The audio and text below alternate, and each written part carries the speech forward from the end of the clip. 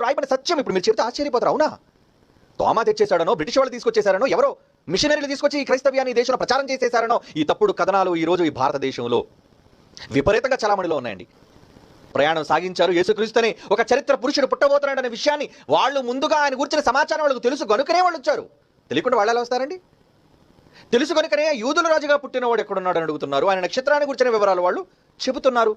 అంటే ముందుగా యేసుక్రీస్తు వారిని గూర్చిన సమాచారం యేసు పుట్టక ముందే తూర్పు దేశాలకు వ్యాపించిందన్న విషయాన్ని ఎక్కడ మీరు నోట్ చేయాలి? ఈ చరిత్రకారులు నోట్ చేయాలి. మోషే పెద్దవాడైనప్పుడు విశ్వాసం నోటి ఐగుప్తు ధనము కంటే, అక్కడ ఏం రాయబడిందండి? క్రీస్తు విషయమైన నింద. అంటే క్రీస్తును గూర్చి, క్రైస్తవ్యాన్ని గూర్చి, క్రీస్తు స్థాపించబోయే సామ్రాజ్యం గురించి ఎవరికి తెలుసు? మోషే గారికి తెలుసు. మోషే ఎప్పటివాడు? క్రీస్తు పూర్వం 1400 సంవత్సరాలండి.